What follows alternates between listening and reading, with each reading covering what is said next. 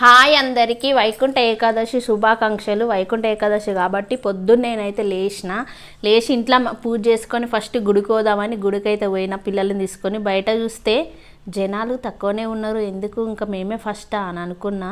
నేను లోపలికి పోయేసరికి ఫుల్ పబ్లిక్ అయితే వచ్చారు. అర్చనకు 100 రూపీస్ అంట, నార్మల్ వాళ్ళకు వేరే క్యూ, అర్చన వాళ్ళకు వేరే క్యూ అయితే పెట్టిర్రు.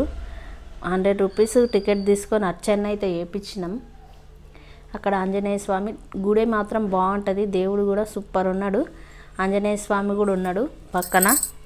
అర్చన వేయించుకొని తీర్థప్రసాదం తీసుకొని హుండీలో డబ్బులు ఏమంటే మా పిల్లలు అయితే కొట్లాడుతారు.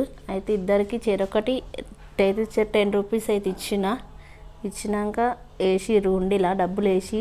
కొద్దిసేపు గుడికైన తర్వాత కూర్చోవాలి కాబట్టి కొద్దిసేపు అయితే కూర్చొని మళ్ళీ బయటకు వచ్చేసరికి ప్రసాదానికి తీర్థానికి అయితే లైను ఎక్కువ ఉన్నది. మళ్ళీ లైన్ క్యూ అయితే కట్టినాము. క్యూ కట్టి మెల్లగా ప్రసాదం తీసుకొని, మా చిన్నోడు క్యూ కట్టడానికి పోయి ఫస్టే ప్రసాదం తీసుకొని వచ్చిండు.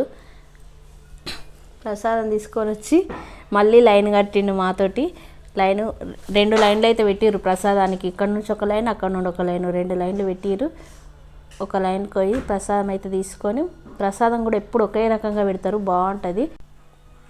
పోయినసారి కంటే ఈసారి అయితే దర్శనం అయితే బాగా అయింది, తొందర కూడా అయింది. వీడియోనైతే చాలా రోజుల తర్వాతనైతే పెడుతున్నాము. కొంచెం బిజీ ఉండి పెట్టలేకపోయినాం వీడియోలు, సారీ ఏమనుకోకండి. మన వీడియో కనుక మీకు నచ్చినట్లయితే లైక్ చేయండి, షేర్ చేయండి, కామెంట్ చేయండి. మరిన్ని మంచి వీడియో కోసం మన ఛానల్ని అయితే సబ్స్క్రైబ్ అయితే చేయండి ప్లీజ్. గుడి అయితే బాగుంది, సక్సెస్ఫుల్ అయితే దర్శనం అయితే కంప్లీట్ చేసినాం. మీరు కూడా దర్శనానికి వెళ్ళిరా, ఏ గుడికి వెళ్ళిరో కిందనైతే కామెంట్ అయితే చేయండి. పోయినసారి కన్నా ఈసారి తొందర దర్శనం అయింది మాకు.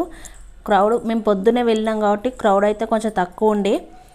ఈసారి తొందరనైతే దర్శనం అయింది. అందుకని చాలామంది అయితే అడుగుతున్నారు వీడియోస్ రావడం లేదు అని. ఇక్కడ నుండి అయితే వీడియోలు పెట్టడానికైతే ట్రై చేస్తాము. మా వీడియో చూసే వాళ్ళందరికీ చాలా థ్యాంక్స్.